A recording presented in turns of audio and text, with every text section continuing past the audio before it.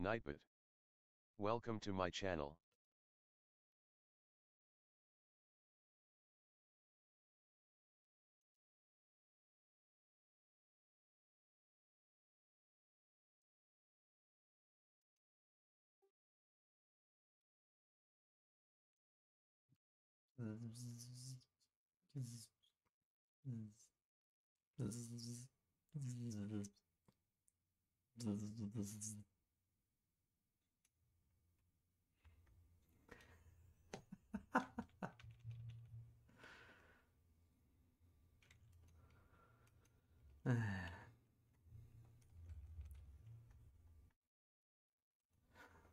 Niko ne reaguje. Sve mu je. Peti element.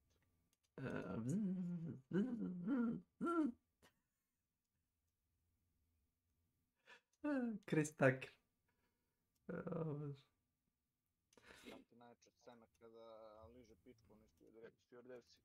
A, kad avion poleci, samo više odjedno kao noge si dižu. Da.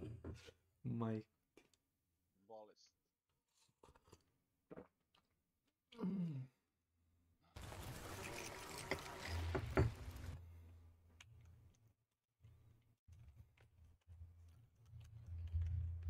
Žele. Ti mislim. Ja, Će dobiti kurat, dobit će Shift, zaboravim. znaš kako, Vlado, znaš kako ja mislim da će više biti kao budućnost? Ja ne znam da li si vidio onu igricu, o bože, kako se zove, čekaj, nađi.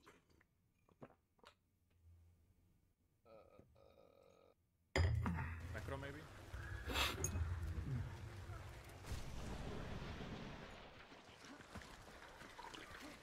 There we go. Observer. Ne znam da li znaš za igricu. Nice. Ona horror, ne znam, ti si kao neki Nice. policajac, ono, cyberpunk distopija, ulaziš u neki, kao kompleks, gdje žive neki ljudi, ono, upali se shutdown, ne može da se izađe. I onda kao rešavaš taj slučaj neki koji ima. Uglavnom, znači, to će, brate, nakon budućnost manje bez cyberpunk. There we go. There we go.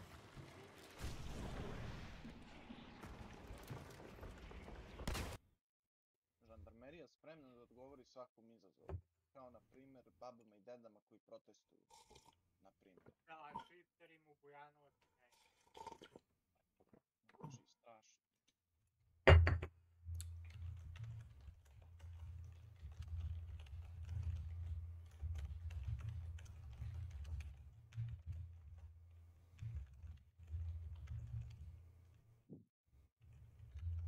Znači, tamo gdje su najpotrebniji, brate, njih nema.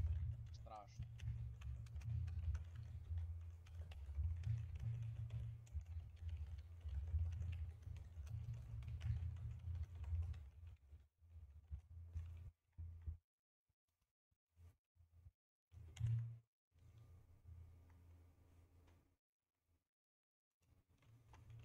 Seth here. Seth here.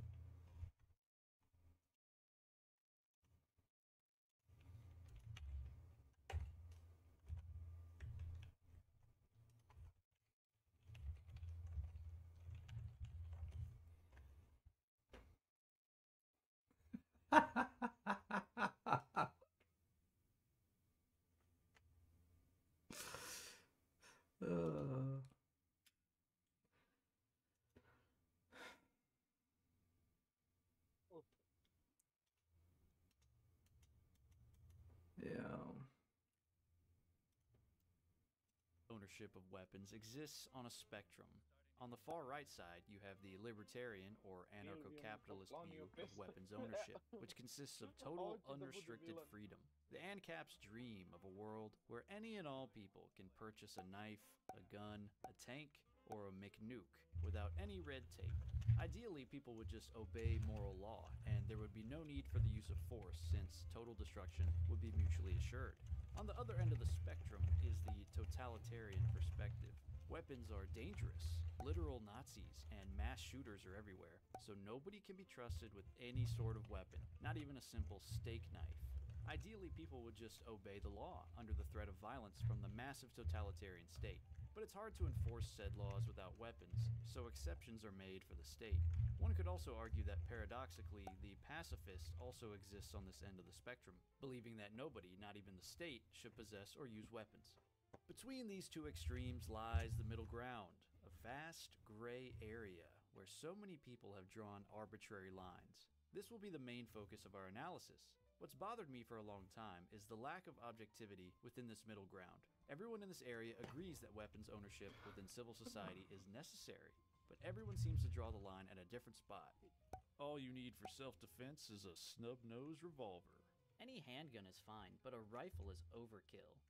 If you want to protect yourself, get a double-barrel shotgun. Just walk out on the balcony here and fire 2 blasts. You don't need an AR-15.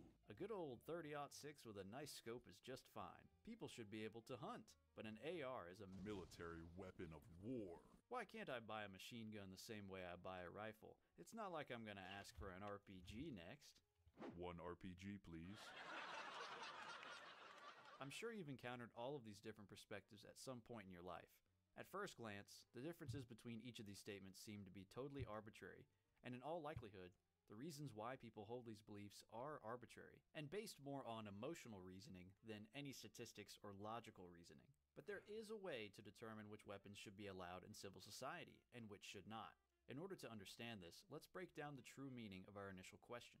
Let's look at the first half of the question and ask, do we even need weapons at all? The answer is obviously yes. The only person responsible for your personal safety is welcome you, to my and channel. between dangerous wild animals Hi buddy, and I dangerous recently had the criminals, chance there's to a good watch chance your that at stream some and I point in must your say life, your skills you'll and have a enthusiasm fun are encounter. truly And if you captivating. do, I'd you'll love find to out very explore quickly ways that to bringing take your fists stream to to the a next knife level. or a Here is my gunfight Discord isn't a username recipe for samhooks. success. Humans can be very fragile, so weapon ownership is vital for the purpose of self-defense. It has always been this way. and it Let's always not will be. explore And MR since the hooks. military and police can't be everywhere all the time to protect us, individuals must be free to protect themselves.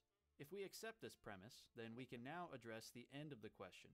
If there is no rule of law, no governing body, no society, as it were, then discussing the issue Zeke of legality would be pointless. Thanks for It's illegal following. to be naked. If you were Will Smith's character in the movie I Am Legend, why not drive around in a tank, shoot some rockets, launch some missiles, recklessly fire your gun into the air? Who cares, right? You could do whatever you wanted. Nobody could stop you, and nobody would be put at risk. But if we all wish to coexist within a society, a civilization with rules and laws and codes of conduct, then we have to decide how we want to allow citizens to defend themselves from threats without those citizens becoming a threat to others in doing so. We need to create a legal framework which protects the right of self-defense without infringing on the rights of others in order for everything to run smoothly. Enter the Second Amendment to the United States Constitution. This short sentence may be one of the best and one of the clearest legal protections for the act of self-defense ever put into law. But a lot of people, especially on the more libertarian side of the spectrum I mentioned earlier, point to this amendment and claim that its primary purpose is to keep citizens armed so they can defend against the government. But this isn't exactly true. What the hell did you just say? How dare you? This is pretty much the worst video ever made. This nigger voted for Joe Biden. I know. That may sound blasphemous to some, but please, withhold your judgment until the end of the segment. The primary purpose of the Second Amendment is to protect the citizen's right to defend himself against other citizens or natural threats. There are other purposes, but those purposes are all secondary. Let me explain why. If the government were to become hostile toward its people in some sort of boogaloo or Civil War II situation, then the legal protections offered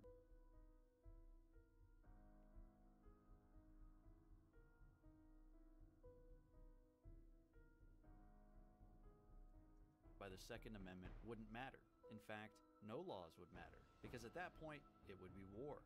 The Second Amendment incidentally provides citizens with a means of keeping and bearing arms as a hedge against such an event, and that's great. Theoretically, this is an awesome way to keep politicians, legislators, kings, and aristocrats in check through the implied threat of armed rebellion. But if a law's primary purpose was to provide citizens with the means to rival their own government, if a law's and aristocrats in check through the implied threat of armed rebellion, but if a law's primary purpose was to provide citizens with the means to rival their own government, wouldn't that be self-defeating? Logically, that would permit citizens to own any and all military equipment, no matter how powerful. We can easily see how this would result in the destruction, or at best, the dissolution, of the existing government. Sounds good.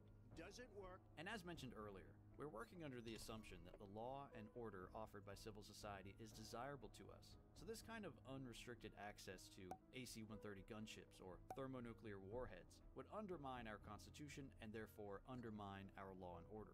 And let me just mention really quick that you don't actually need the biggest and baddest weapons to take on tyrants. The Viet Cong did it, the Iraqis did it, and most recently, and embarrassingly, the Taliban did it, against the most powerful military force in human history, with nothing more than some old beat-up Toyotas, second-hand Soviet AKs, improvised explosives cobbled together from beat-up against the most powerful military...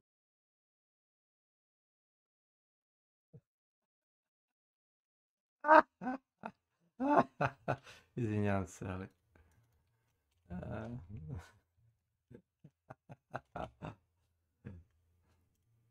force in human history, with nothing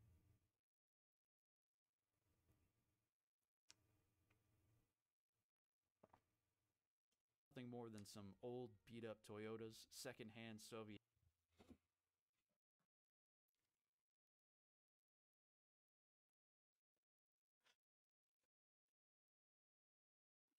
Oh, gosh.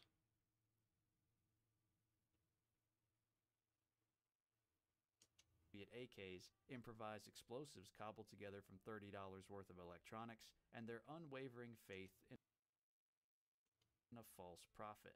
Something to think about. After recording this portion of the audio track, I realized that this point needed a little clarification, so here it is.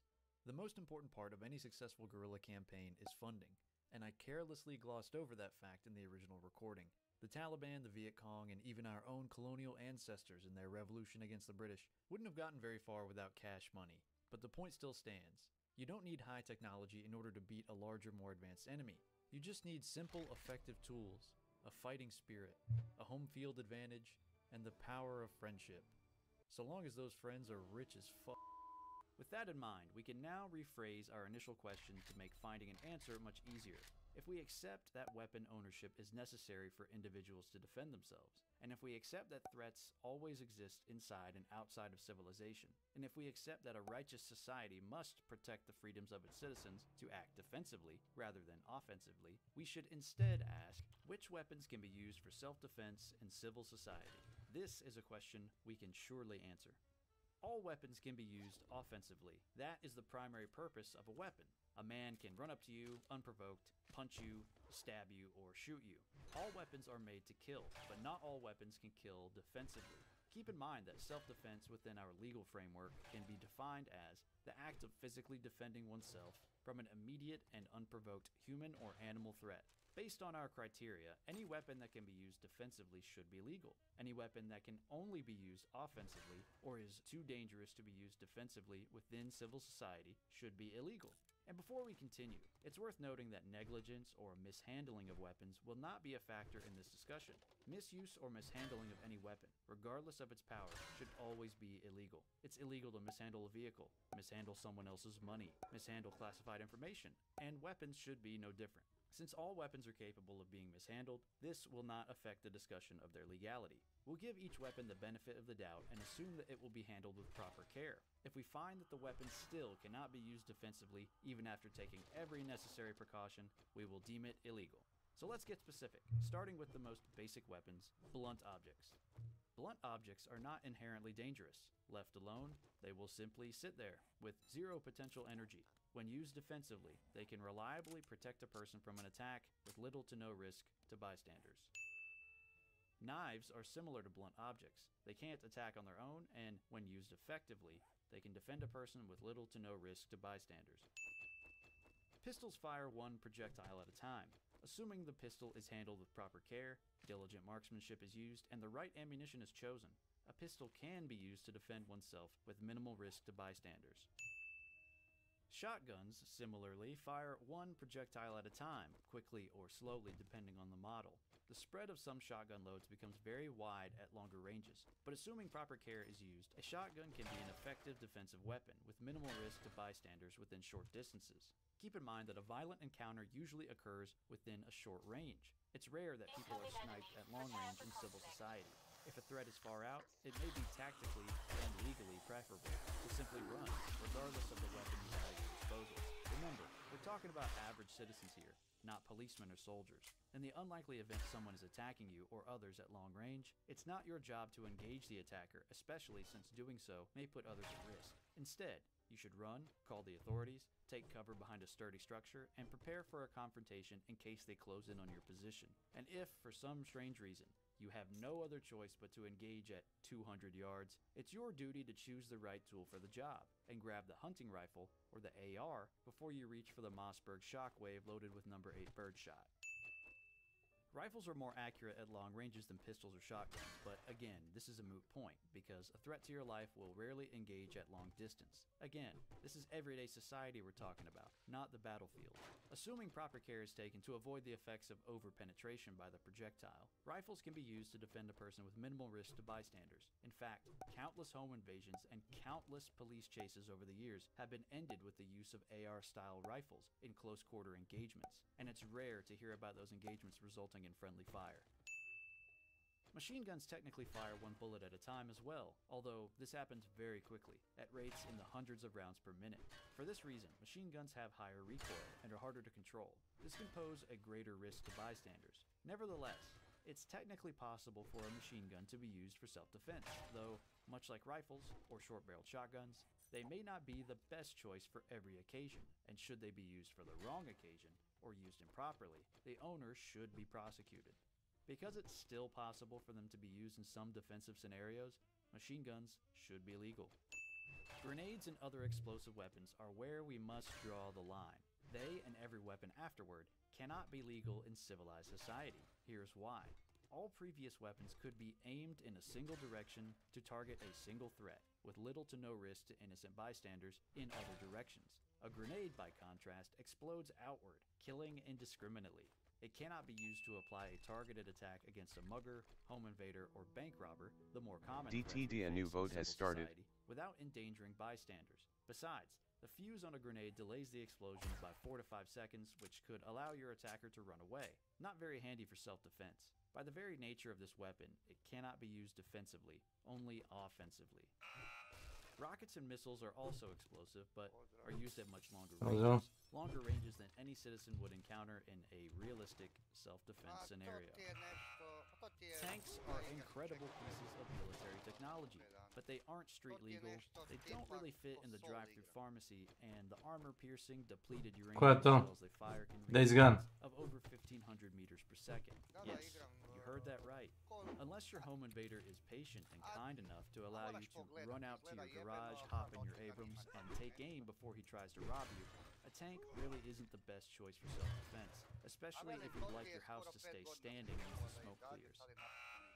Lastly, nuclear weapons DTD are an voting obvious is no-go. complete and the viewers have chosen Nuking celebration. an intruder without vaporizing your entire neighborhood challenge? Impossible. A weapon's ability to be used for self-defense is the only objective metric for determining which weapons should be legal. But this hasn't stopped lawmakers and politicians from coming up with all sorts of subjective reasons why certain weapons Koja bi should to be igra bila Souls-like? To wrap up this video, let's address some of those arguments and explain why they should not serve as the basis for any legal framework.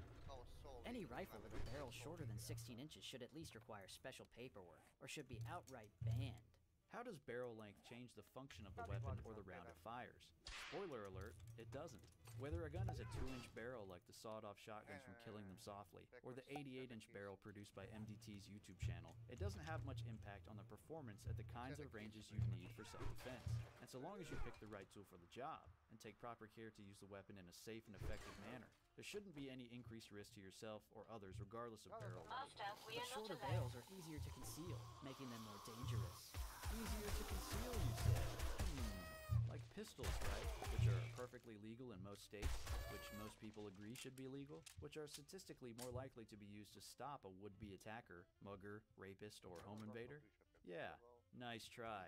And while we're on the subject, short-barreled rifles, short-barreled shotguns, and so-called AR or AK pistols are way less likely to be used in any violent encounter, defensively or otherwise. They're just not a very common tool for criminals.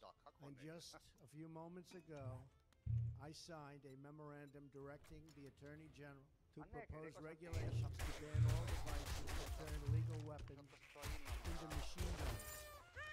Excommunicado. Shut up, bitch! You can leave. This nigga voted for Joe Biden. A bump stock doesn't turn a semi-automatic firearm into a machine gun. But even if it did, using our self-defense metric, they should be perfectly legal in a moral and just legal system. Same for the dreaded pistol braces, which the ATF has gone after lately. Neither of these pieces of plastic, nor binary triggers, nor forced reset triggers, or any other contraption you can add to a gun can make it unusable for self-defense. The only exception might be an underbarrel 40mm grenade launcher. What about explosive targets like tannerite? I thought you said explosives should be illegal. You hypocrite. Explosive targets can only be ignited with high-velocity rifle fire. This is a far cry from hand grenades, which are manually activated and designed to throw shrapnel in all directions. Tannerite is hard to detonate and has rarely, if ever, been linked to any acts of terror, despite its widespread availability. If somebody wants to LARP as Uncle Tim, they'll find a way to do it no matter what. And look, I'd rather not get a strike from Neil Mohan or a visit from the FBI, but I'll say this much. If you really wanted to build a cool science fair project, there are countless ways to build one using Google and basic ingredients found in almost every hardware store. High-capacity magazines are dangerous. We must regulate the number of rounds each gun can hold. How does capacity change the nature of the weapon as a defensive tool? Does it make the gun kill indiscriminately? Does it make it impossible for you to aim it at the bad guy instead of the good guys? Higher capacity might make the weapon more convenient to use, but it doesn't change the function of the gun or the bullets it fires. The difference between 1 round capacity and 100 is arbitrary. It's just a randomly chosen number. Why should 9 rounds be legal but 10 should be illegal? What's so dangerous about the number 10, or 20, or 30? Pistols generally have a lower capacity and shorter effective range than rifles. Yet, statistics show that pistols are far more deadly, relatively speaking. If capacity was the problem, then the numbers would be reversed, right? Explain that. Assault-style weapons are being used in mass shootings. The style of a weapon is just that, a style. It has little to no bearing on function. For more on that, check out TFB-TV's video on how different-looking guns can affect the outcome of a trial, simply based on how the judge and or the jury perceive the scary military AR-15 assault rifle compared to the old-fashioned backwoods Mini-14. I don't have a problem with it. Those two firearms have nearly identical tactical capabilities, but one just looks like your grandpa's gun, and the other one is black. And as for the mass shooting claims, do your homework, guys. The more you look into how people define a mass shooting and the exact number of rifle deaths per year, the more you'll realize that real indiscriminate acts of domestic terror are actually very rare, and even rarer with an AR-15. Here's the bottom line. The only legitimate, objective qualifier for whether or not a weapon should be legal is, can you defend yourself with it within the confines of civil society without violating anyone else's rights? All other qualifiers are arbitrary and therefore invalid. Until next time, stay strapped or get clapped.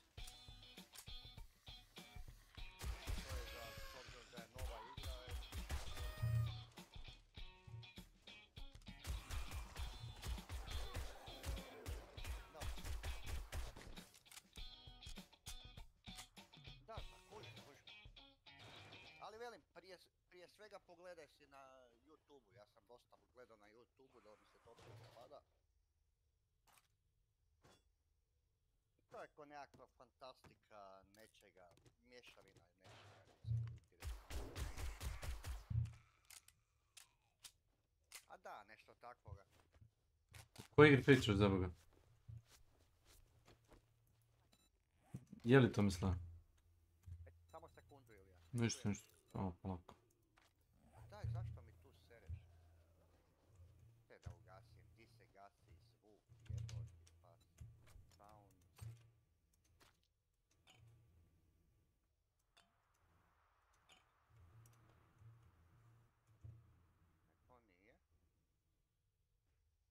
Special audio.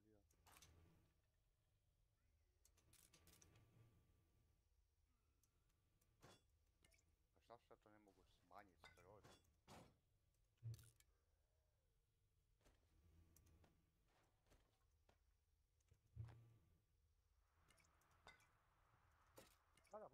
reci sad ili sad krenem. U kojoj igri se radi? Like mid book. A, to ti je akcijna avantura, smeštena u Kini i obrađuje kineske legende. Da. Vrlo jednostavno. Ako te interesi kineska kultura, ok. Ali je igra koja igra, mislim, bar tako opisuju. Souls igre, te Dark Souls igre, nijedna od njih ti, osim Sekira, ti ne obrađuje Japan. Nijedna. Sve su smeštene u nekim ili fantazijskim zemljama kao što ti Elden Ring ili nekakvim kvazi srednjovekovnim zemljama. I imaš nekakve vitezove i nekakve zmajeve. Ne, ovo ti smešteno u Kini obrađuje kineske legende. Znaš.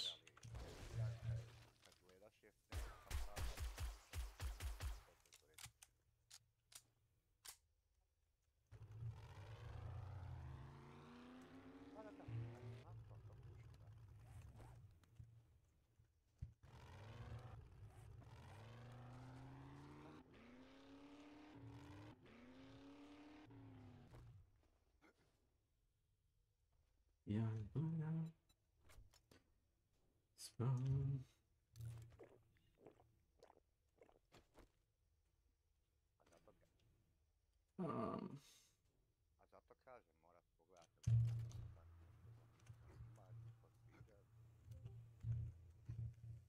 Čekaj, debatujete o igri koju ćete nevjerojatnije da piratizujete. A ti nećeš, to sam pričao siguran, tako mi deluješ. Da ćeš pre da je kupiš ili fundaš ako ti se ne sviđa. A ako... Neću je refundati, ali nego volim uzimat takve igre. Znači imam onaj To znam da si igrao. Da, to je danas sajam. I danas dobar je, da, ali ono kad sam ti pričao, neke stvari ne bi bilo loše kad bi imao nekakva reći. Clouds. Welcome to my channel. Salamu alaikum snaker. Salam, salam. Hello, man. Let me give you some... Imam recimo Dragon Dogma koju isto igram dosta često. Something to watch. https udubzxwgfewre.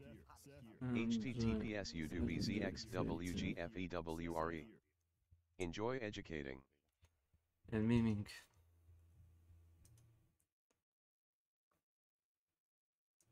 Mr. Beast is now not only stealing people's time, he's also stealing their ideas too. Bro, at this rate, Mr. Beast is never going to be able to address the allegations because they're just going to keep happening. Everything I'm about to say is 100% true, and if at any point I say anything that may be controversial, suspect, or too good to be true, and I don't have the evidence to back it up, How's then life, call me a liar, kiddo? but I guarantee you that won't happen. Ever since How I are was you? a young kid, I always wanted to be famous, and it wasn't until in 2018 in November that I knew that I wanted to be a YouTuber. Sadly, it took me 4 years to realize that I actually suck. I'm really bad. I'm super cringe, and don't worry, because I am aware of this.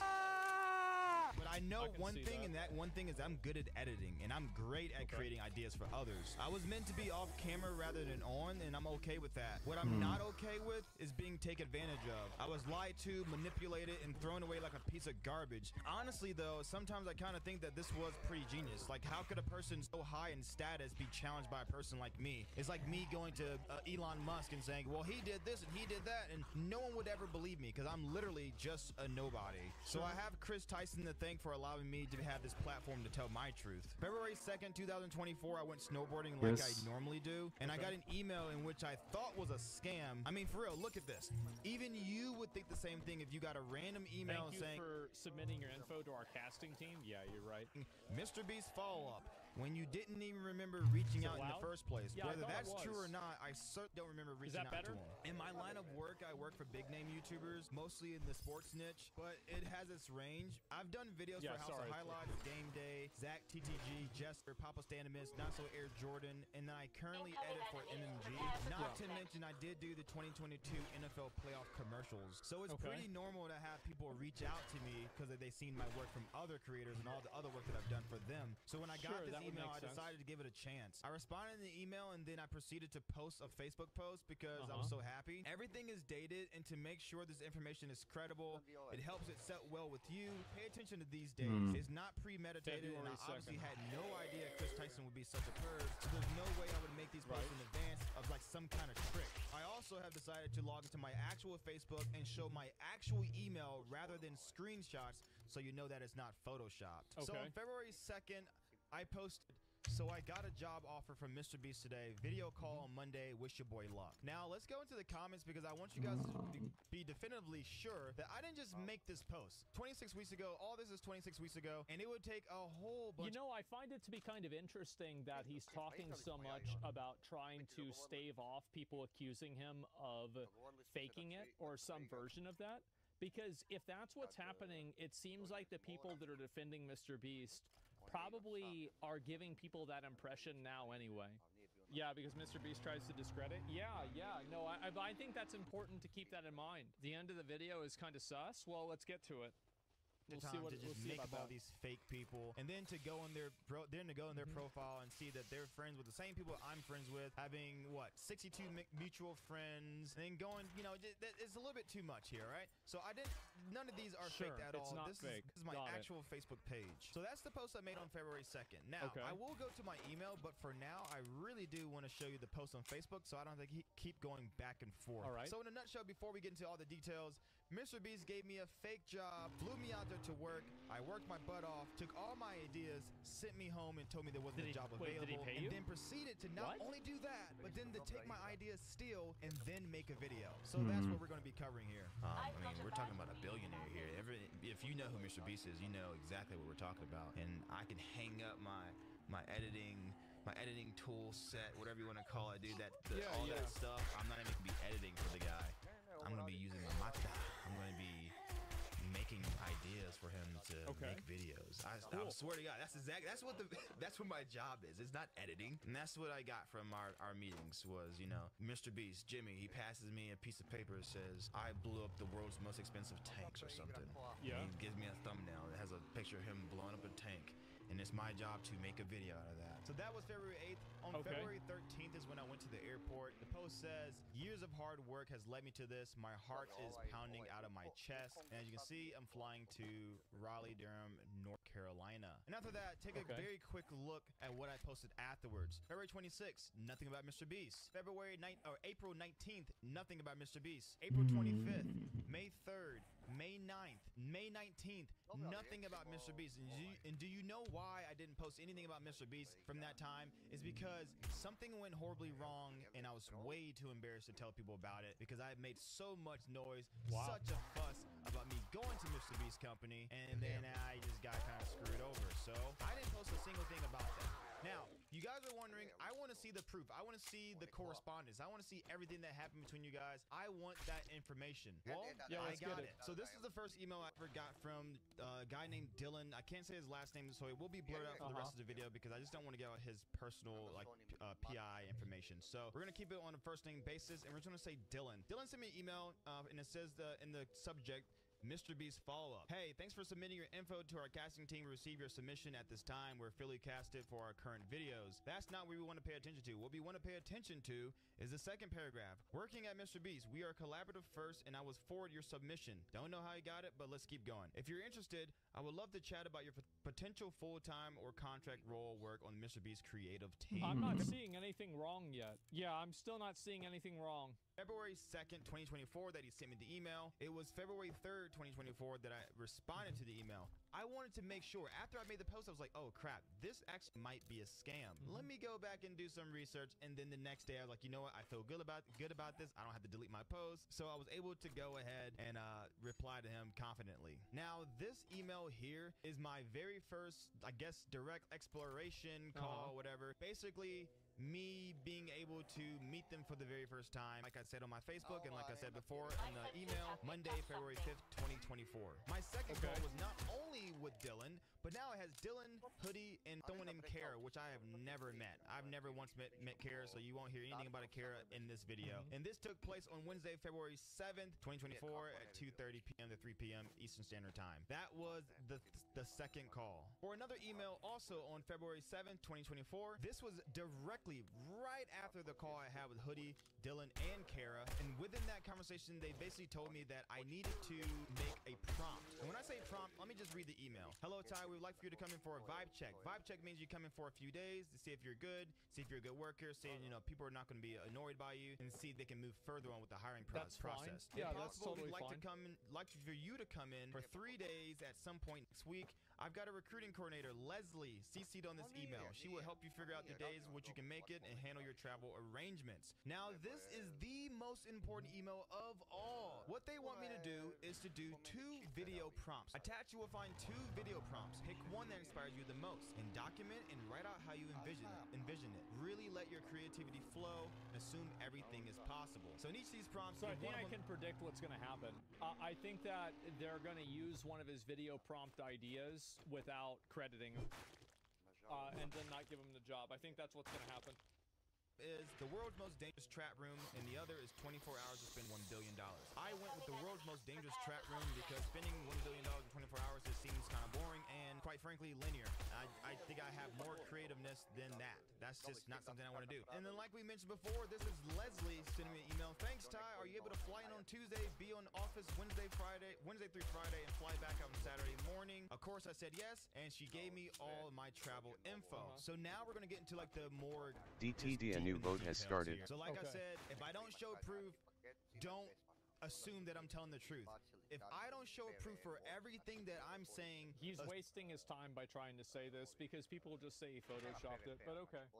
Assume that I'm literally lying about everything that I'm saying, okay? So in that email, it did say, I realized that the footage was kind of cloudy when it comes to OBS and recording the screen, so I will put screenshots of those messages up there. The resolution but was in down. the email, it did say that it had those 2 prompts, and the 2 prompts was something about spending $1 billion in a day, 24 hours, and the other one was the world's most dangerous trap rooms.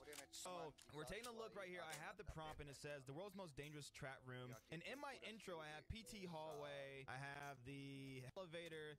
I have the Squid Games glass challenge. I have bloodthirst, and I have mole maze. And within these things in my prompt, I do have like variations. So first one, I can see the variation. So right here.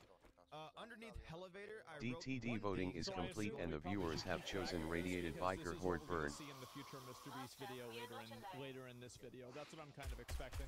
Escape the elevator from where it reaches the top floor. That's probably what's going to happen. Falls out beneath you. I also have a second variation. Pick lock tool groove chain in the wall. Goal is the same except the elevator moves a little faster. Move the chain object lock pick tool to unlock the locks on the roof. And the elevator reaches the top. Okay, got it. Do you ever play those games where it's like a little plastic thing and it has I grooves used all to over have like a these. maze, and you gotta move that ball through. Well, essentially that's what I did for this video, except you're chained to the thing and you gotta. I don't do the 0.5x or the 2x speed, guys. I don't do it. I think it's annoying to watch. So just don't type it. It's not gonna happen. The ball through the grooves with the key that has a key on it, so you can reach one lock. And there's locks on each 4 corners of the elevator. So when you get this lock, now you gotta go through the maze again. And now you gotta go and take this lock out. And like that, so you can escape the elevator. If you don't, the whole thing just plummets to the ground. I thought that was a pretty dope idea, right? So I did that, but I also made 2 of them because I wanted to make a variation of it. So also here in Squid Games, that was another thing. I made a different variation of what was already done, and I did that. That was part of my pitch. Now let's keep going down because I think it's somewhere around. I think actually no, it's the Squid Games one right here. In the second variation of the Squid Games, I say Mario style floating obstacle course. Instead of using floating blocks, which is impossible, we will use floating rack hoisted by 4 cranes. Floating rack hoisted 200 feet in the air. Each section of the obstacle course will change depending on the distance made. Start from one platform to another to advance. Safety harness will be eliminated due to the net underneath the platform. Now, with that, so we have an idea that I wanted to do. My Mario so lava I want to talk idea? a little bit more about my experience of being at the Mr. Beast warehouse. I've never once personally ever correspondences and all my text messages, I have never once ever signed an NDA. But what I think what they're doing, there is an iPad as soon as you get to the warehouse, as soon as you walk in, and you have to sign in. And Yeah, it asks you sure. things like your first name, last name, email address, all that, phone number, and stuff like that. And I have a very, very, very high suspicion that when you sign your name in there and you sign in, I think you're also signing an NDA. They don't. You are. So this is the same. I don't think this is really a leak, but Riot does the same thing.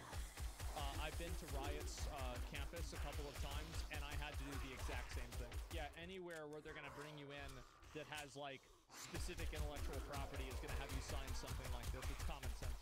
But did they tell you? Yeah. Yeah, no, I looked at it. You could see it. Come out and say it, but I wouldn't be surprised if it happened. That's just something that I think. I'm not saying it's true. I'm saying I'm They have to thinking tell you? because I don't want to get sued by them because I'm like I said earlier. No, I'm I knew nobody. that. Anyways, I get to the warehouse and they have multiple different like studios. Studios as in workshops where you work at, creative, thumbnail, editing, ideation, all these things, right?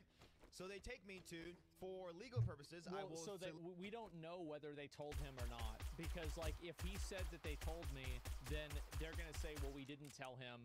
There's no way to really know that. But yeah. For legal reasons, I will say Studio One. Studio One of Creative. I go to Studio One. You know, whatever. It's all right. We're working on the video. We're doing the in 10 minutes, like actual 10 minutes. In 10 minutes, this video explodes. And I mean, this building explodes. I worked on that for a little bit. Wasn't really feeling it. Wasn't really my jam. We went out. I will put a little video up here of me working on like a little laser challenge for that. Wasn't really my jam. Wasn't really that good at all either. Anyway, if I'm being honest. So I went to the next one. And by the way, I'm sorry, I'm skipping all over the place. This was actually the second day of me being there because the first day I spent my entire day in my hotel, which was boring. But for whatever reasons, I couldn't go in the first day, so I spent the first day in my hotel. The second day, Okay, that's fine. Going to these workshops. On the third day, I was told to go to a different studio. We'll say Studio 2, and I'm working on a video. And the video is what was the video's name? It was another one that had nothing to do with anything. Anyways, I go through the whole day, or well, I say a good portion of the day, about 5 hours. So around like 2 o'clock p.m., there's a guy named Hoodie. Hoodie was also in one of the emails earlier. Okay. And he's like, and when it comes to chain of command, I think he's third in chain of command order. So you have Mr. Beast, you have Tyler, you have Jackson the head writer, and then you have Hoodie. And Hoodie was in charge of all these things. I actually had my vibe check call with Hoodie. I had my second call with Hoodie. I was in contact with Hoodie and Leslie, the coordinator, if you remember that. And everything was going through Hoodie. The guy's a great guy. He's a great guy. He took care of me. He really like gave me great information, great feedback. So as I'm going through this video, I want you guys to remember, I'm not attacking these people, I'm attacking the company. Because whatever happens in the company is a reflection of Mr. Beast. It's not a reflection of the people who are doing the things, like what they're doing. Companies ran that way. It is a referral to some people for the rest of the day. I want you to go work with this team and see how you can contribute to them. So let's break down the positions in the Mr. Beast company. You have C1. C1 is the head person of that department. So if you're in creative, you're C1. So creative, Studio 1, C1. So there's creative Studio 2, there's a C1 for that. Creative Studio 3, there's a C1 for that. Then ideation, Studio 1, C1. Ideation, Studio 2, same thing. They're just levels. They're just the head honcho of that department. And then within that, you also have a C2 and C3. I assume C2 is like the person who are in between. And I know C3 is like the bitch of the company. They just write notes. They don't do anything. Like the positions. Well, there was 2 positions at the time. I don't know where the third one's at. There was only a C3 and then a C2. I mean a C1. The C1's name was C. The C3, I mean, I talked to him for like 30 seconds. I really don't know what his name was. And we're working on a video. We're working on a video called The World's Most Dangerous Obstacle Course. Okay. Now we are getting to the part where you finally can understand why I'm so mad. Here we go. All right. I got absolutely scammed by the biggest YouTuber in the entire world. This is where you're going to find out why I was upset. Thank now, you. Come full circle, Thank you. I'm gonna ready. have to tell you everything. We're working on the video, World's Most Dangerous Obstacle Course, and I want to show some videos and proof of what I did. From here on out, I'm going to start speaking more theoretically so I don't get sued. Okay. So there may or may not have walls in this Mr. Beast studio where they're all dry erase marker where you can just write anything. So if you have an idea, like, oh crap, I don't want to forget it, right on the wall. This is a picture of my pitch that I wrote. So you see right here, you get really close. Bloodthirst. Let's see. Elevator. Let's even get close. Glass challenge right here. PT hallway. Sound familiar? It's my prompt. So this is what I pitched to Hoodie.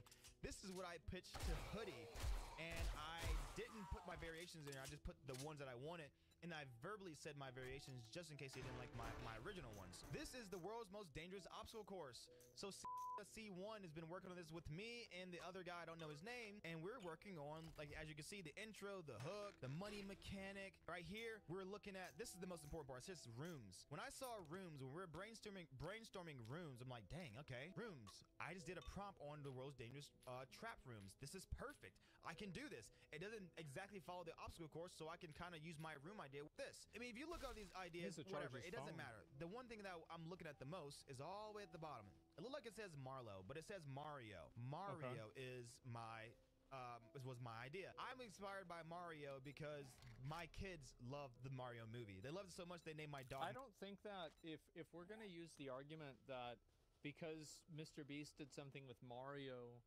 that he stole your idea, I don't think that idea is unique enough to be certain that he stole it just by itself. Yeah, I don't think Izgleda da ga nema. Mario's super popular. Iako ga ima, možda ga nema. I could easily see that happen. Mario, hold on. Mario, come here.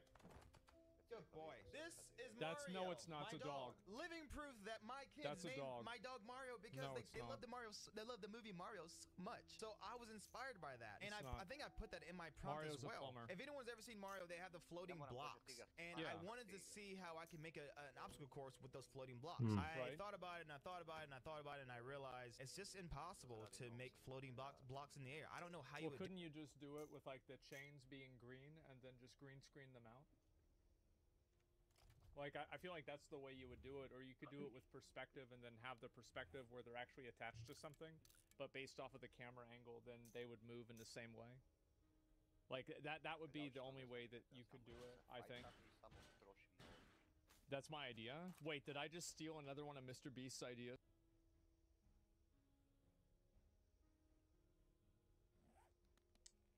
Najbolje bi bilo igrati samo s nožem i medkitom. To ti je $50. Nikad neću osiromašiti.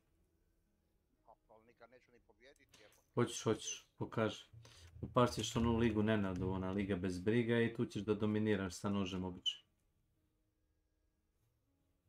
Samo treba da iz zasede zakolješ jednog, da mu kradeš oružje i odeš. Čist profit. Čist profit. Postat ćeš milioner tako.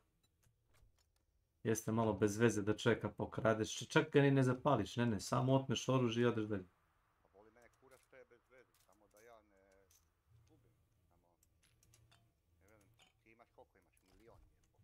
Milion i 100 prestiža. Da nemam 100 prestiža, imao bih vjerovatno 20 milijuna. Svaki prestiž, lažem, ne. Izračunao sam, imao bi 3-4 miliona. Da nisam nijednom uzeo prestiž. Na kraju svakog prestiža sam imao oko 20.000 viška. Dođem do 100. levela i tada da uzmem prestiž imam 15 do 20. 27 i maks. I onda uzmem fino i resetujem jebika. Šta da radim?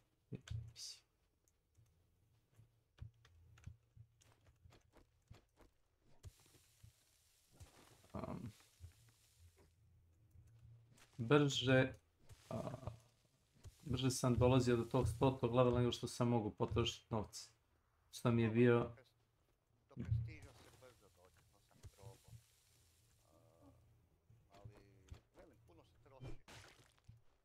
I jako igraš glupo. Kupiš stamina shot, antidote shot i šta još ima od narkotika. I sticky bomb. To ti je oko $150 do 200. Samo te 3 stvari. Ubrizgaš u sebi odmah stamina shot, daj regeneraciju, onu veliku regeneraciju. To ti je oko $250. Regeneracija, stamina i antidot. I sticky bomb. To ti, na primjer, Milan nosi stalno od konzumnog bola. Ne stigneš do boss arene, iskoristite si stamina shot i antidot. Možda još nisi regeneraciju. A ako te ubiju čim uđeš u boss arenu, ni ne baciš stiki. Regeneraciju ne možeš da iskoristiš defanzivno. Zato što Milan igra agresivno. Možeš samo pred početak fajta. Stiki možda ubiješ samo bossa. Možda igraš misaone igre nekad sa ljudima sa stikijem, ali to jako retko može, ali ako nijeko nije iskusan, da. Većina igrača koji su stvarno dobri, oni će imaju onaj trait da ti ugase fitilj. Ako vide da si nešto bacio pod noge, probat će da ga ugase. A ako vide da stiki, možda će i da ga ignoriš. Što zaradi. Dobar, ti većinom velim, ti igraš tak da ako moći izbjeći fight, da se ne Ne, nije stvar u izbjeganju. Stvar je tome što se iracionalno troše stvari koje ne doprinose tome da se fight ubrza. Ne ubrzava se fight tako što poneseš 3 boosta za health, staminu i za regeneraciju health, regeneraciju stamine i imunost na otvoreno. Ne ubrzavaš ti tako fight, nego ubrzavaš to da dođeš kao što pre do boss arene, da te ništa ne otruje, da ti ne fali stamine. A sve to možeš i bez toga. Ne treba ti antidot shot da te ne bi pčela otrovala. Nisi gluv, pčela se čuje, na 100 metara čuješ kad je neko ubije ili kad ona na 100 metara čuješ i znaš gde. Izuzetak je nekad kad napadneš zombija, a ona se nalazi negde na nekom krovu i ti nemaš viziju nje, nisi je video odmah i onda ti ona pošalje roj iz neke pozicije gde nisi mogu ne vidjeti. A to je retko, a dešava se. To je izuzetak da te ona nabija noga i jebi ga kao nisi imao antiošča. U 90% slučaja ćeš ti nju prvu da vidiš i da je ono eliminiraš. Sad ako imaš... Ali nisu to sad neki, ajde, jebi ga antidot shot, ovo nisu to neki novi. Nisu, ali ako poneseš antidot shot, onda nećeš poneti Dynamite Bundle ili Big Dynamite Bundle. Ako igraš agresivno, da ubiješ boss ili da ubiješ igrača. Ili nećeš poneti koncertina bombu ako igraš defanzivno. Ne moraš čak da igraš defanzivno. Ako dođe do situacije da ja padnem na otvorenom i ti hoćeš da me revivaš, nema kavera. Baciš koncertina bombu, to ljudi rade, gledao sam. I to u nižem rangu, gledao sam jednu Nemicu. Ovi njeni teammates su. Ubili su je, u startu meča su ubili dok su prelazili kompandu. Nije bilo nigde kavera. I ovaj njen saigrač uzme i frkne koncertina bombu ispred nje. Između toga što je pucao i njih. I napravi onu prirodnu kao barikadu. I priđi revivuje. Ovaj puca, ali puca po žici. Jebik. Dok on izlomi žicu, ovo nije revivuje i pomerili se. A da, više, ja nosim sve, ja nosim i sticky bombi, koncentrinu bombi, pičke materne. To sve košta.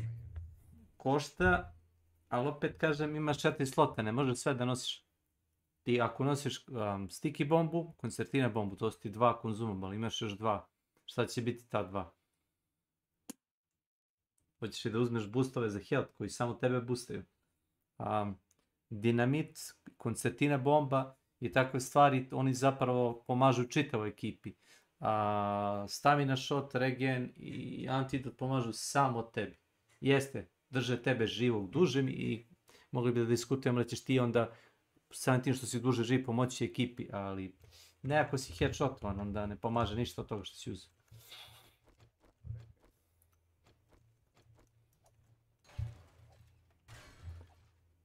Pogledaj iole bolje ekipe šta nose od loadouta. Da li uopšte nose sticky bombu. Ili nose nešto što je recimo multipraktik tipa, na primjer poneseš mali ručni samostrel sa jednim setom regularnih strela i sa jednim setom otrovnih. I svakog vosa osim pauka možeš da na tih način eliminiraš. I da, i onda je pametno uzeti antidot shot, najmanji antidot shot koji traje najkraće, i stati u sred toga otrovnog oblaka i tući bossa dok stojiš u otrovu. A također, otrovne strelice može da koristiš u PvP-u dosta efektivno da ako ubiješ igrača ili pošto i šteta ne opada sa malim otrovnim strelicama, na svim distancama radi isto štete. te pukne, zalazi kod metka.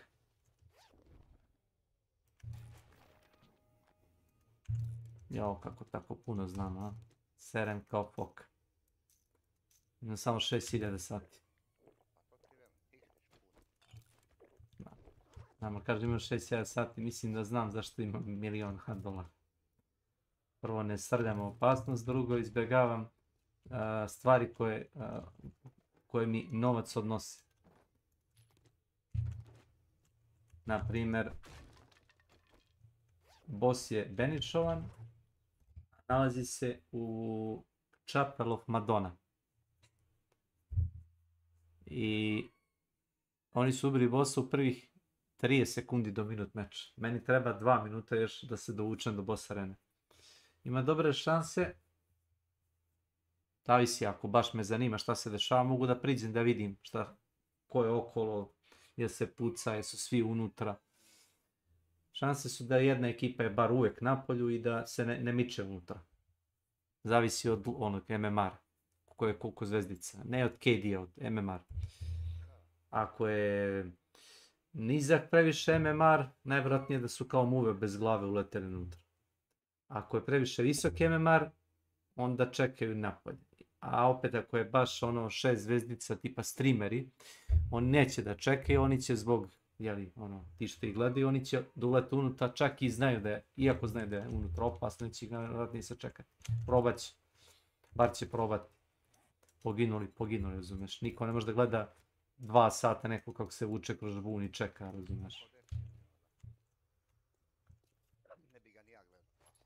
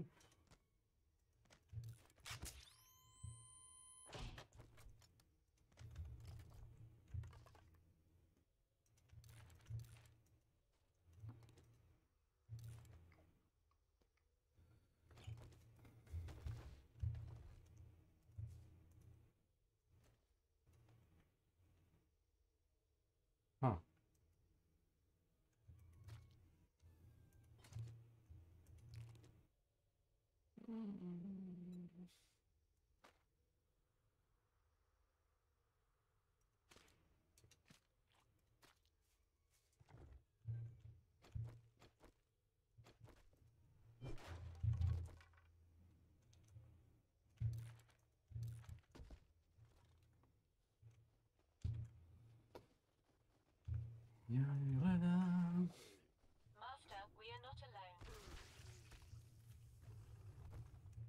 Nevjerojatno.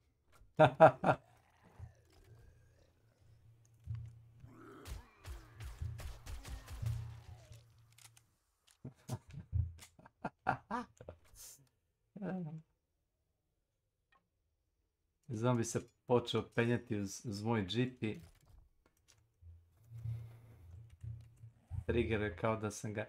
Pa kao, ja stojim pored džipa i šanim u njega, on pokušava doći do mene i kako počeo se vere uz džip, tako ga odradi kao da je, razumiješ, kao sam ga zgazio sa vozilom. Vidiš, kao padne i kao pregažano. Kao važi.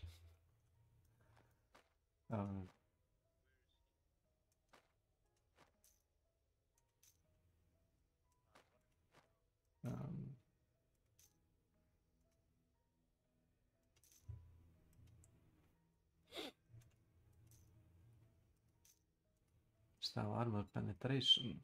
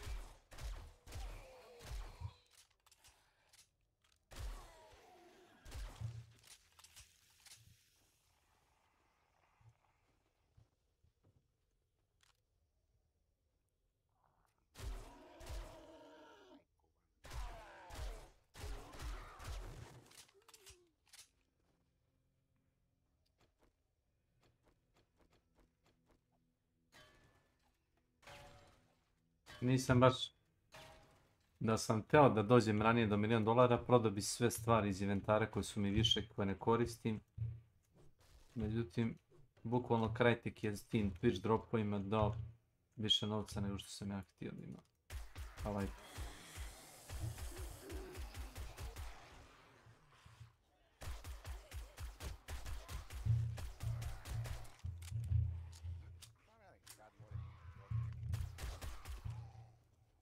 Možeš. Znaš ako se lako potroši. Svaki meč kupuješ automat. A i to je normalno igranje.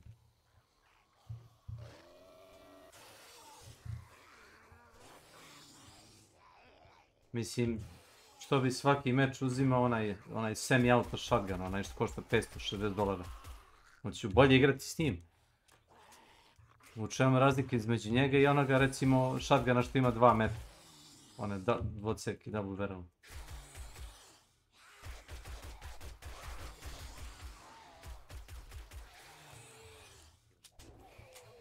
Ma nema razlike. Najefektivniji su ti mečevi kad uzmeš single barrel shotgun, onaj Romero, i jednostavno ne promašuješ, a ne kao Nenad.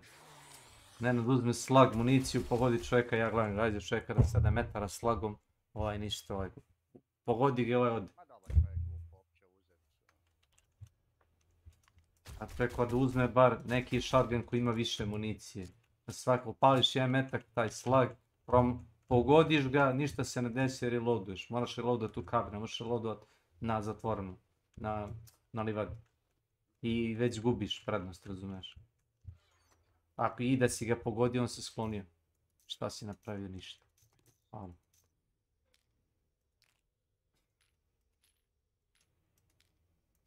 Čikaneš.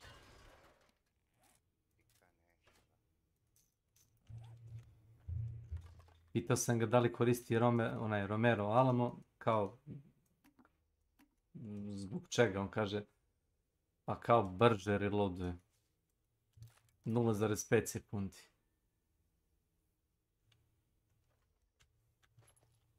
Stvari... Da.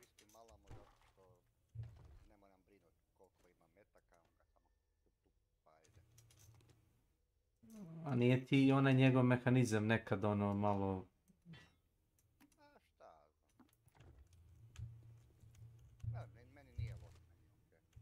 Nisam rekao da je loš, nego...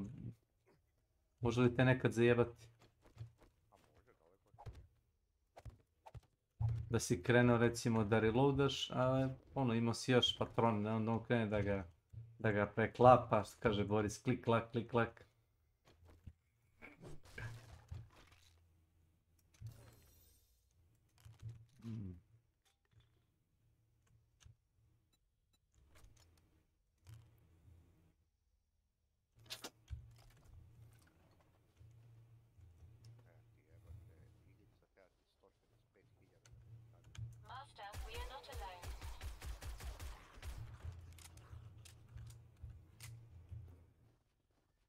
Ja je gledam kako spavam.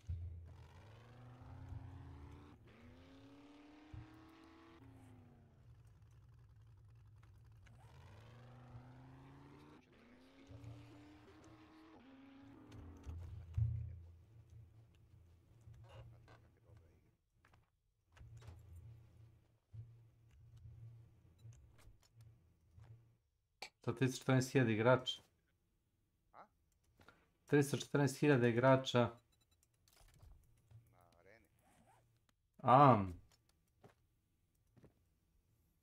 Pa to nije loš. Govorimo o areni. Znam, ona je besplatna igra. Pitam te je da li o areni govoriš. Učinu mi se si rekao 314.000 igrača. Ma ne, govorim ti da treba 314.000... DTD cooldown commands are now active. Da bi kupio samo municiju. Pa koliko zarađuješ po meču? A možeš zaradit i milion ako lutaš sve da nađeš neke stvari. Ali ja prosjek 200-300.000. Ako izađem živ. Pa ne možeš kupiti ni municiju za te pare. Pa Kakva ti je računica onda? Pa nema račun, dobiš početnik milioni i ne znam koliko pol. Ali velim, glupo su napravili Preskupo je sve. preskupi su loadouti, ne znam, malo bolji armor ti je pola miliona. I svaki put kad pogineš opet pola milijuna. Da, sve gubiš.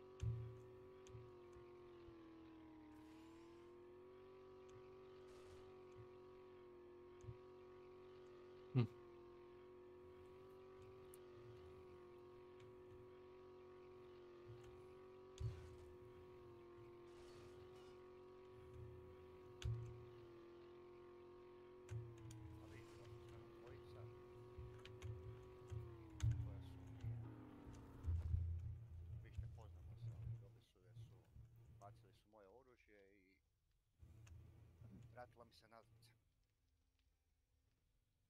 Zato što je osigurano, šta? Osigurano ti oružje, šta? Ne, nije, nego ako ti on uzme oružje i... Ne znam, nisam baš čitao. Tako u Tarku. Ako ti je oružje osigurano i on ti ga ne ponese, nego ga ostavi, i kao igra ti ga vrati u tom fazonu. Da, ali ako ga osiguraš. Ako ga podrazumijeva se si ga osigurao. Da, nema, tu ga nisam osigurao, samo ako ga tebi, to sam nešto gledao, ako kompanjon zeme tvoje oružje, kad izađe van, automatski se tebi vrati nazad.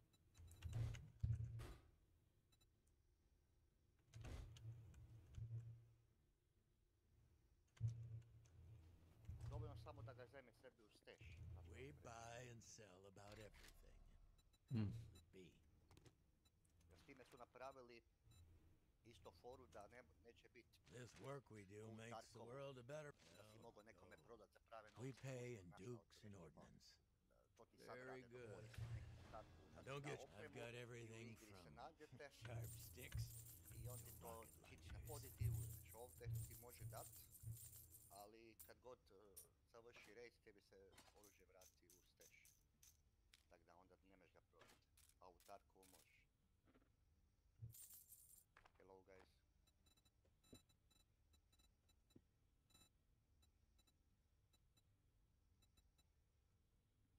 Samo velim, mislim, možete igrati s ničim, uzmeš pušku, ne uzmeš nijakav armor, ubiješ prvog skava i zemeš go, ali... I hope you put this to good use and kill some Zedheads. Or some of those White River freak shows. Dobar armor da te ne može ubiti. Šta mislite na tu taktiku?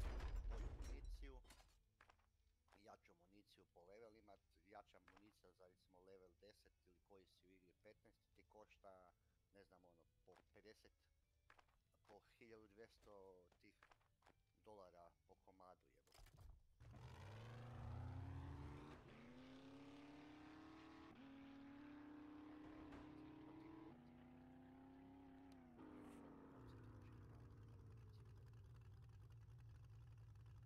Ako ima slabiju municiju, onda ti treba 28 metaka da ga ubiš. DTD, a new vote has started. A headshot. A headshot i dalje jesam, ali ako ima taktiku, ima ovo, ti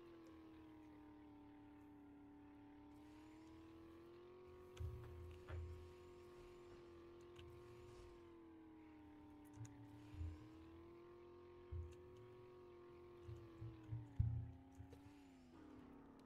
A već ima likova koji ima takvo oružje, takav armor da ga ne možeš ubiti.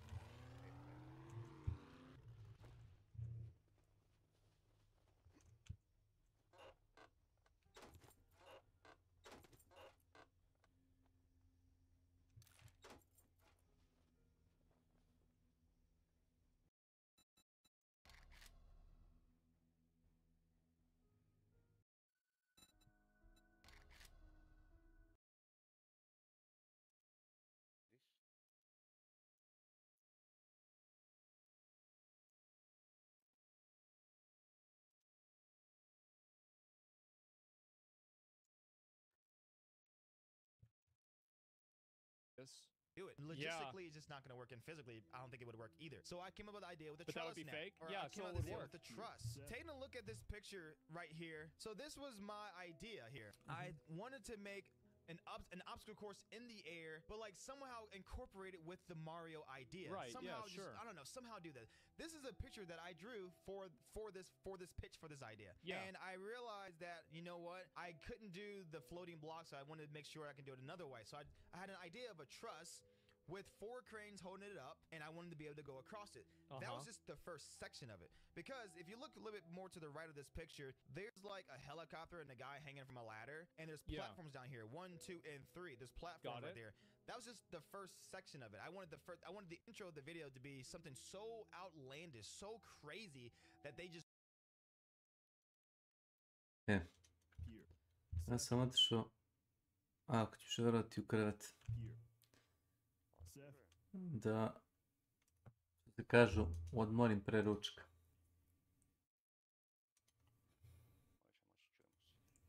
Zdravlje, to mislim.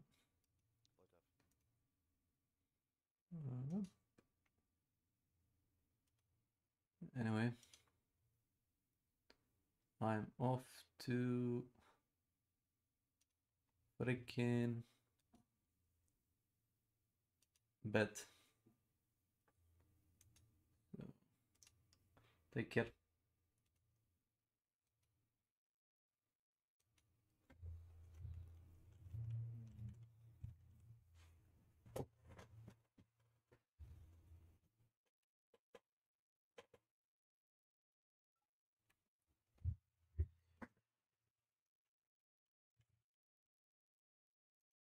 Oh.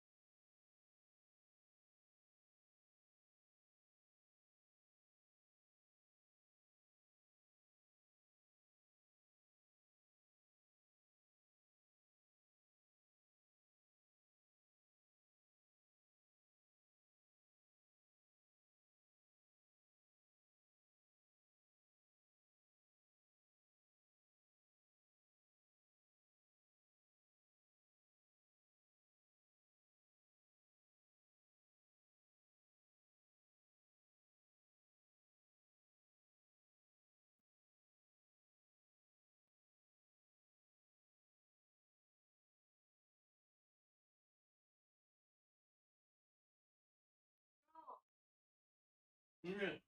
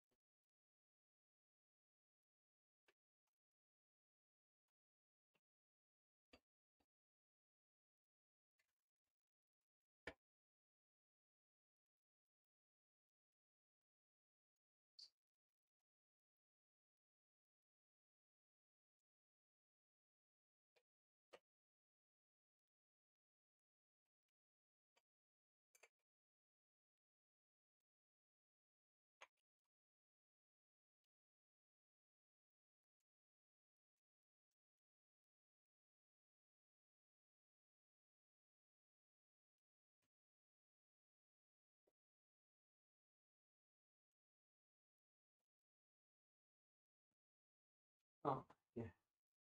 Yeah.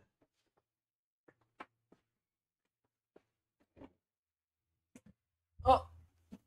Oh, oh, oh, oh.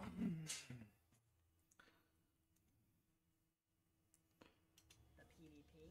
I, however, do look into lore, and I do like that about games, is lore and story.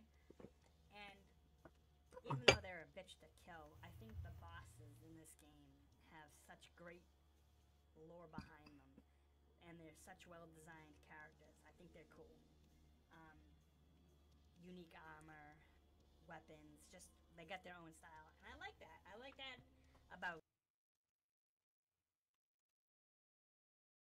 Okay. Sure.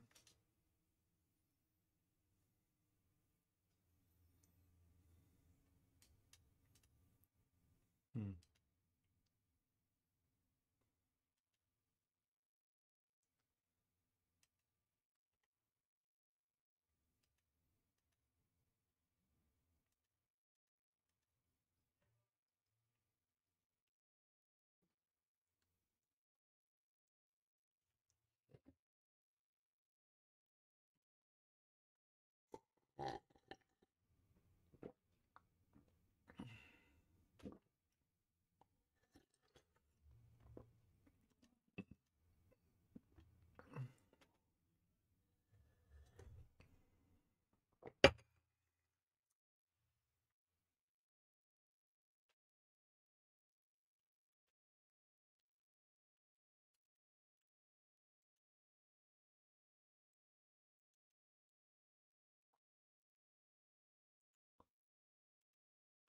Imam živio.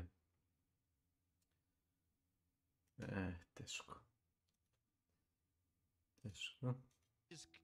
a viewer had to keep watching. I did still the no net at the bottom. I call it a net, or no, not no net, a net down there. That's why it says a net down there, because it's just a joke that we thought was funny.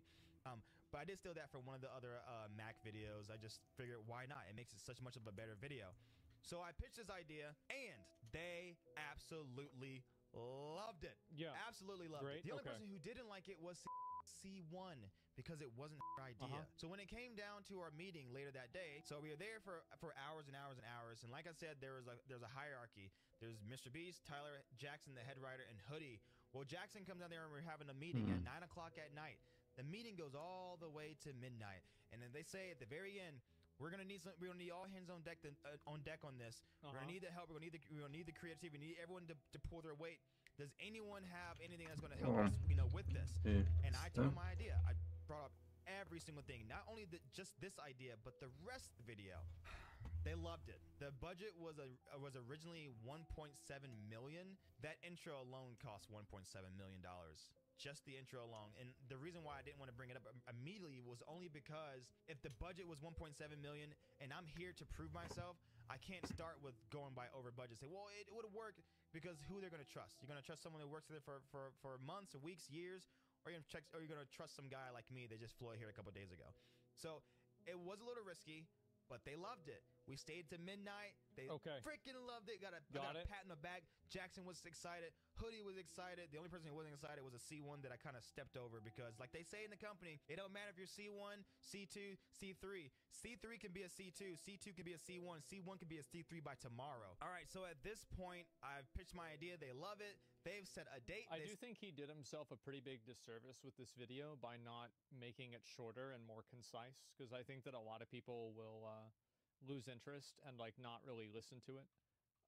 It's really because like I do the same thing that he does a lot, where like I'll always come up with like a lot of like tangents and like, oh well, there's like this other thing and I forgot about this, right?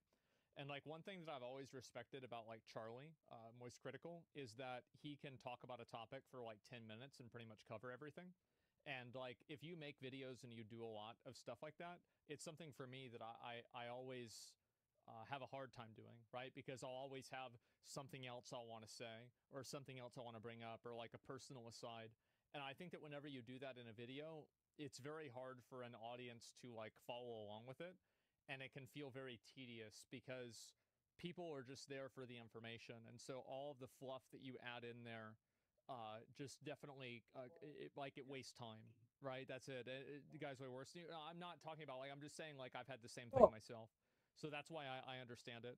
Set a location, and now they have a new renewed budget for this video, and everything's great. I'm so happy. I text all my friends, I call everyone. I'm like, yeah, dude, and also, so after all that, I'm feeling great. I got a verbal confirmation that I was good to go. Everything was perfect. I know about everything was literally perfect until I got home. Until I got home, and that's when everything started to happen. Unfortunately, we have decided not to move forward with your candidacy at this time. We really appreciate you coming out and vibing with us. We would consider you for a role like this in the future, but timing isn't quite right.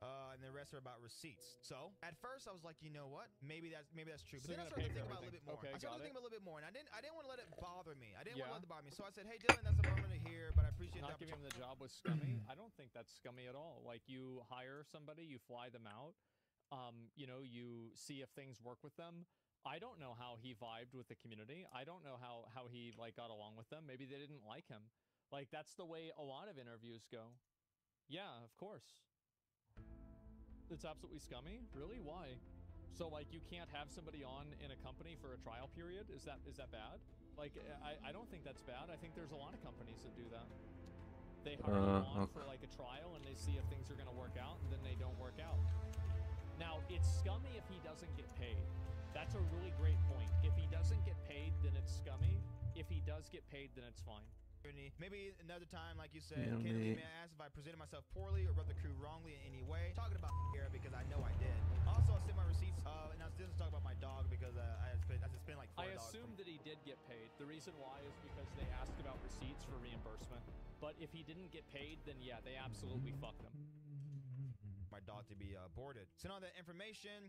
He said, hello, Ty. You did not rub anyone the wrong way or present yourself poorly. We're going through some reorganization with the team and are limited on oh my god. team Even if I you appreciate did. you sending a receipt, blah, blah, blah. Yeah. Whatever. This is where I started to like say, but I didn't say anything. I didn't say anything at all. Not a single word until I saw this on Twitter. Just uploaded the most insane video we've ever done. Go watch. Take a look at this picture. Take a good, hard look at this picture. Does that remind you of anything you've seen so far? Does it remind you of anything you've seen remotely close to it? Or does it look like the exact same thing that I drew? The exact same thing that I pitched? Everything. Do you want to know how much I got paid for that? Zero. I didn't get paid a single dime. This man, this company, his employees not only took the time to exploit me, to have me work for them under the false pretenses of a job that wasn't, that they weren't available. I'm, I always usually try to come at things skeptically. So having the idea of an obstacle course that looks like Fall Guys, I don't really think is as abstract of an idea as he might think it is. I could see a lot of people that would come to this same conclusion, whether it's something that's like Ninja Warrior or Squid Games, American Gladiators, right?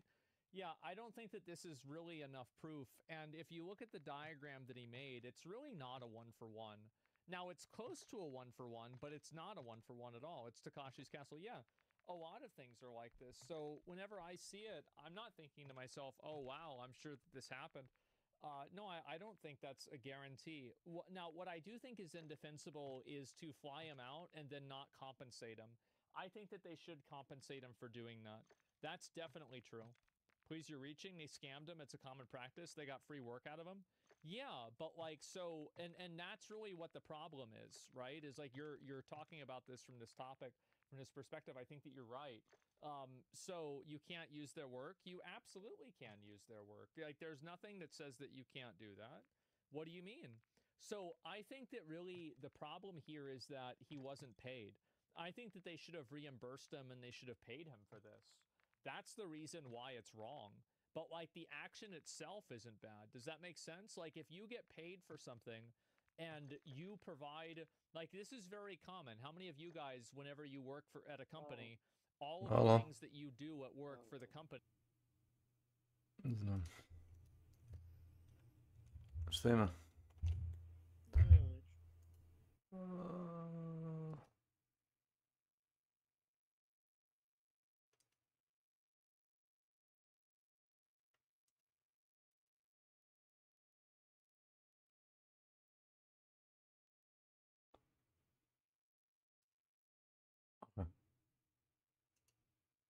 Ko? Aha. Samo ti je mutiran.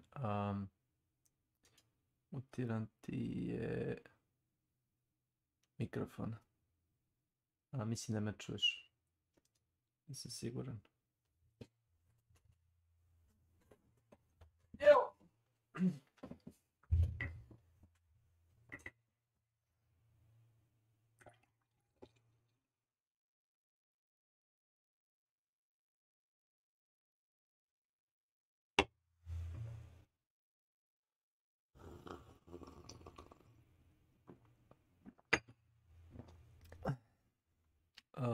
Čekaj, možemo ovako.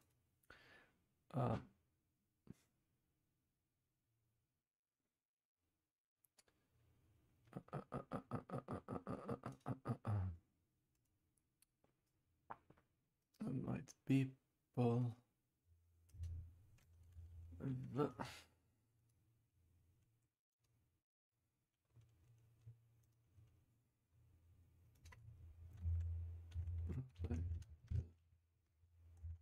Ćeš ovdje. Tako nekako. I...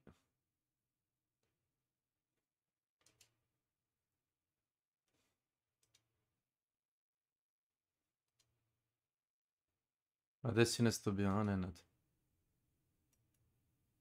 Evo ga Vaski. Vaski. Naučna fantastika. Živ bio. Pozdrav, me čujete? Čujemo to odlično. Ti si nov, a? No, najnoviji. Da, on je fresh. Dobrodošao. Hvala. Šta ima? Šta igrati? Da mu kažem da mutira odmah Milana. Evo, Diablo malo si Da, ušli sam ja sad bio unutra. Malo se patio tamo s onim Lordzirom. A da, rekao sam mu da ubijem vampira za njega. Trebamo neki, za Mage-a hoće neki, Sorcera hoće neki. Winterglass. Jest. Ne znam da li ga imam, ako ga imam daću ti ga svejedno, ako ga nemam, probat ćemo da ga nađemo. Sad sam bio, 3 puta sam ga krknuo i ništa. To valja namjerno, Sorcer ne redi. Hoćeš ti, Nenade, s nama? Pa ja šta mogu da mu pomognem, ja sam... Možeš da dođeš da uzmeš dropove.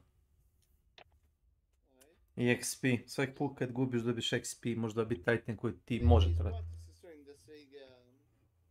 Šim? bad build. Nisam primetio. Nisam primetio. Nisam ti rekao da igraš... Mnogo jači elemental damage. Misliš da bacaš tornado i da oko tebe šibe munj? Pa možeš i tako da igraš, da. Nijedna klasa nema samo jedan build. Vaske igra Mage sa Frozen Orbom, a možda igraš i Mage sa Farbom. Ja sam gledao ljude da bacaju one vatrne kugle koje skakuću po podu i ubije sve živo. Aha. Da, ja sam igrao prvo Fire pa sam onda prešao na Frozen. A onda su oni ubacili peć pa ubacili taj Firebolt, tako mi se ne vraća više. Napravi žuvo karaktera. Ovaj Winterglass, samo čekaj da uđem, Winterglass. U Diablo 3 je bio sanduk kao orman i klikneš na njega i on ti opremi druge stvari i promeni ti sve skillove. Igrao sam, znam, sjećam se, davno. A to je bilo u igri pre 10 godina. Da. I njima treba sad još 2 godine da to ubace nazad. Da. Čekaj, jesi vi ušli? Ja jesam. Čekaj sekundu, Vaske, invite. A pozvat će Nenada. Nenad je... Nenad je u sezoni. Ma, Vaske igra non-seasonal.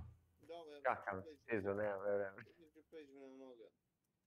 Imamo mi svi ovo ti inače vansezonski ili karakter. Ja imaju svi ovdje većinom koji igra Diablo vansezonski karaktera. Ali retko ko s njima igra.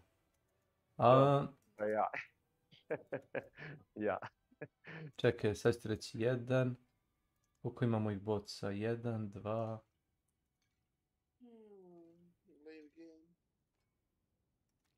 Ja nemam više nijedno. Znači sve sam... Jel imate sorcere možda vi?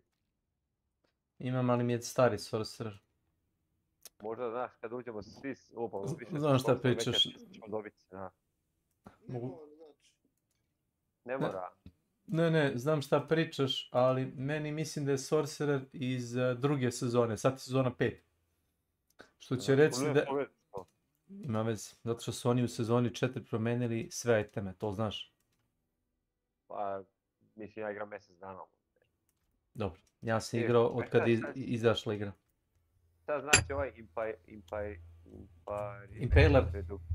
Da. Impale ti je verovatno spell neki ili ability koji ima sorcerer. Ne, to mi ne treba. Sorcerer... Imaš bota? I misliš da li imam... Ove krvi? Imam. Krvi od bossa. Ajde, Nenade, samo da pozovemo trećeg musketara. Nijem koliko, 160 u nos sezonu. Da. Ja imam... Ja nemam ništa. 1, 2, 3, 4, 5. 5 puta 250, 300 imam boca, skoro. Znate, ako ga ne nađem, onda brišem igrice. Definitivno. Sam je zvao Kec.